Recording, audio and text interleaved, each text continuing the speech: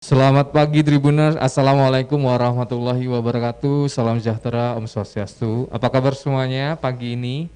Semoga dalam keadaan yang lebih baik dari hari kemarin ya. Tentu saja kita berdoanya seperti itu. Dan di Bincang Komunitas pagi ini sudah hadir di Studio 52 Tribun Jogja. Kita bareng-bareng teman-teman dari komunitas sebutannya adalah Sahabat Cempluk ya Mbak ya. Selamat datang di Studio 52 Tribun Jogja Mbak. Terima kasih Ya. Mas Yuda. Halo Tribuners. Nanti kenalan ya sebentar lagi ya. Oke. Nah Tribuners, di bincang komunitas kali ini kita kembali hadirkan komunitas yang di mana mereka teman-teman ini akan sharing pengalaman mereka dengan komunitas bernama Sahabat Cempluk. Nah komunitasnya ini bergerak dalam apa movementnya? Nah langsung saja kita tanya-tanya mereka yang sudah hadir di sini, dan nanti teman-teman di rumah yang menyaksikan siaran live streaming kita ini Mbak, kita live streaming di 3 channel, ada akun channel YouTube Tribun Jogja Official, di fanspage Facebook Tribun Jogja, dan Instagram Tribun Jogja. Nanti silahkan tanya-tanya, barangkali ingin tahu lebih lanjut pembahasan di pagi hari ini. Oke. Mbak boleh dikenalkan dulu satu-satu ini anggotanya pink-pink semua. Pinky-pinky Tapi ya. saya udah kepikiran ya pakai pink gitu. Oh tahu gitu tadi kita bawain Oh, ya. iya. Tapi udah mirip cempluk kok.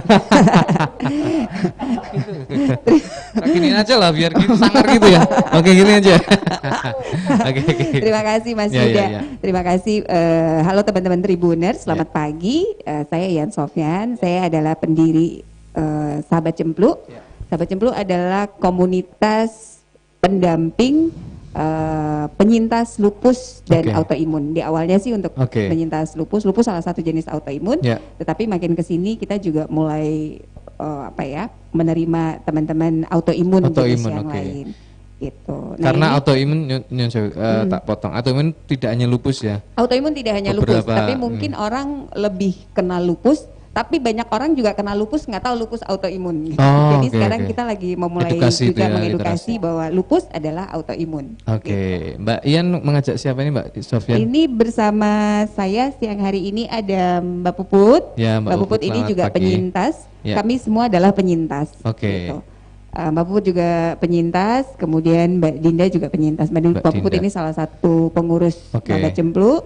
Kemudian Dinda ini adalah salah satu teman kita yang bergabung di Sahabat Cempluk. Nanti bisa tanya-tanya deh manfaatnya bersama Cempluk. Selamat datang di Studio 52 Tribun Jogja ya Mbak Puput sama Mbak Dinda. Nah Tribuners, tadi sudah dijelaskan Mbak Sofyan, jadi komunitas ini didirikan oleh Mbak Sofyan ya? Sofyan bapak saya. Oh iya Mbak Ian. Mbak Ian, maaf ya. Saya maafkan. Itu saya kalau ingat waktu kecil kalau nama bapak itu buat ejek-ejekan waktu dulu ya. Dulu. Bener nggak ya? Nggak ada istilah bully ya, tapi happy aja. Gitu. Happy aja. Tapi sekarang bahaya gitu. Makanya tadi saya bisa ketawa kan. Gitu. Mbak Ian, oke. Nah, silahkan nanti monggo teman-teman yang di rumah sudah bergabung di live streaming.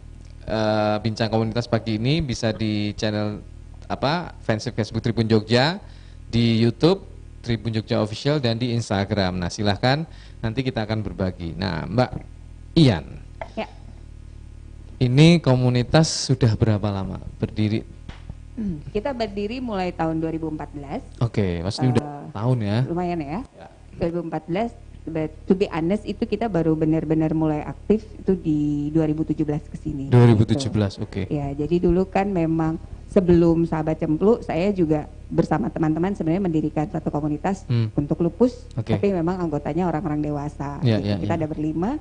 Lalu at some point gitu saya memilih untuk keluar sendiri dan memulai komunitas untuk teman-teman lupus. Sebenarnya nggak sengaja juga untuk anak-anak, karena dulu saya pun nggak tahu bahwa lupus itu ada juga pasien anak-anak. Taunya hanya penyintas dewasa. Dewasa ya. Lalu ada satu titik di mana saya sempat suspek cancer, terus saya jadi bantuin teman-teman kanker. Gitu. Bantuin teman-teman cancer. Lalu ketemu malah di komunitas itu ternyata teman-teman lupus anak ini juga ikut bergabung di aktiviti itu. Ada berkenalan dan ya udah short story akhirnya kita bikin untuk support anak-anak lupus. Jadi udah sejak 2014 tapi movementnya baru sebelumnya ya, maksudnya embrionya sebelum itu sudah ada pergerakan itu jadi ya. Di 2014 sampai 2014 2 tahun pertama itu kita lebih banyak pendampingan yang visit ke rumah sakit, edukasi keluarganya langsung gitu. Tapi mulai 2017 itu kita mulai kegiatan yang kita bisa bertemu, kita mulai ada juga kegiatan aktivitas di sosial media gitu. Karena sebelumnya memang cita-citanya nggak gede-gede amat gitu, cuman menemenin aja gitu, pengennya ngalir gitu. Jadi seperti itu ya garis besarnya komunitas ini terbentuk, Mbak ya.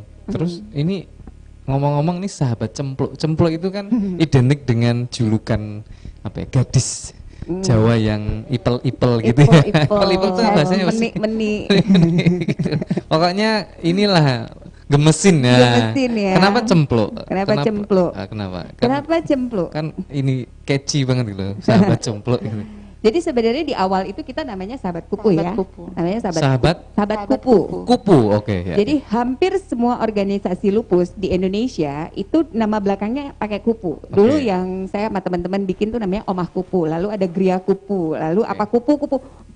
Bertaburanlah si kupu-kupu ini di Indonesia Raya ya. Kenapa kupu gitu? Karena salah satu gejala yang muncul pada pasien lupus itu adalah butterfly rash. Bentuknya seperti kupu-kupu di wajah, jadi melintang seperti ini.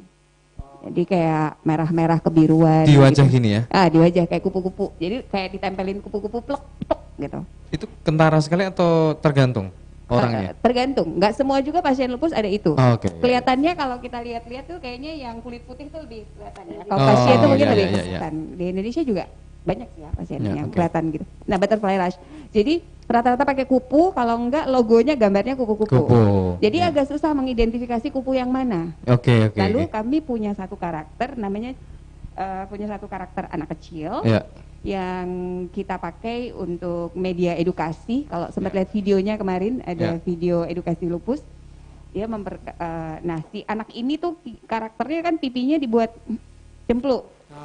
Nah, salah satu alasannya kenapa dia jadi cempluk, pada saat pasien lupus sedang mengkonsumsi steroid, salah satu obat yang minum steroid, lagi tinggi-tingginya, pipinya akan cempluk. Pada saat seperti itu biasanya mental breakdown-nya luar biasa karena perubahan fisik ya.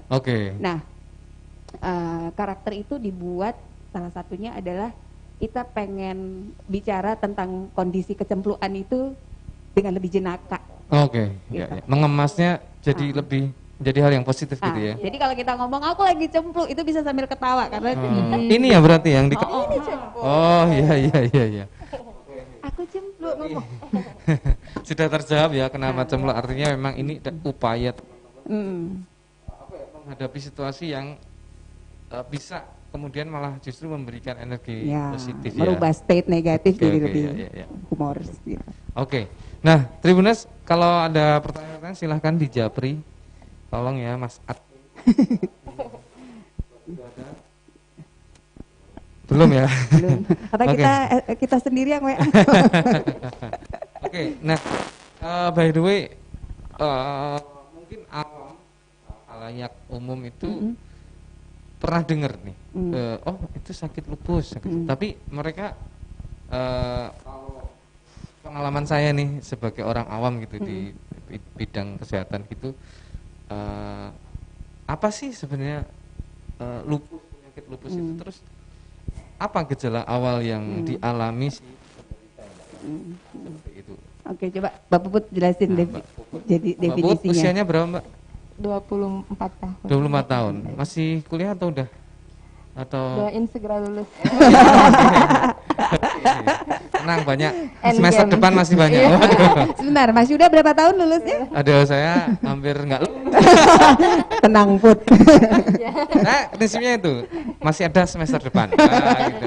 Kebetulan ini jatah terakhir. Waduh, itu dia. Sama kita. Semangat ya makanya. Ya, silakan Mbak Puput cerita. Lupus, saya juga odapus. Odapus itu adalah orang dengan lupus. Lupus, ya.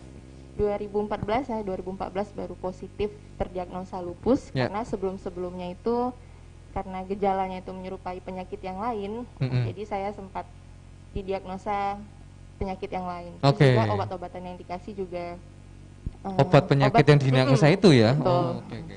Terus lupus itu salah satu penyakit autoimun. Lupus bisa menyerang organ apapun. Itu kita biasanya bilangnya sistem imun kita itu error.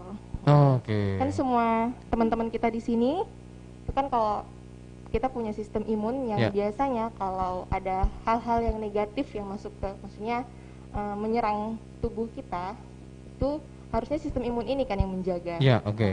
Pada pasien lupus atau pasien autoimun lainnya, itu biasanya sistem imunnya ini karena kebanyakan over, dia error itu, dia bingung. Malah kadang menyerang organ tubuh itu sendiri. Yang harusnya tugasnya itu masuk, tapi karena error. Harusnya kan kalau ada zat-zat berbahaya atau virus bakteri masuk, dia yang maju. Ini dia kudeta. Dia malah gitu. Bingung karena nggak jelas mau ngapain gitu kira-kira. On gitu. Terus Nyun Sewu, boleh flashback lagi ya waktu 2014. Itu gejalanya apa sih, biar ini sekali lagi literasi ya soal penyakit, supaya tujuannya ketika diketahui lebih dini lebih baik gitu ya. Itu seperti apa Mbak Puput waktu Gejala yang saya alami waktu itu, kenapa bilang saya, karena biasanya setiap pasien itu berbeda gejalanya. Kalau yang saya rasakan itu pertama kulit, dari kulit, terus kalau kena matahari di luar, misalnya ada kegiatan di luar outdoor, itu kulit saya merah-merah, apalagi terutama di bagian pipi. Memang belum berbentuk butterfly rash yang seperti Mbak Ian bilang sebelumnya, tapi itu lebih ke panas seperti gosong. Waktu itu mesti ngiranya biasanya dulu ngiranya efek karena kan skincare. Kulitnya juga lumayan shiny ya. Beda kalau saya gitu. Ini gosong-gosong aja gitu ya. Waktu itu gitu ya. Sering itu waktu, ingat nggak Nyun Sewu, SMA itu sering gitu nggak sih? Atau belum? Dulu sebelumnya alhamdulillah dulu nggak pernah sakit gitu. Sok-sokan jadi kemana-mana motoran nggak pakai jaket misalnya gitu kan, terus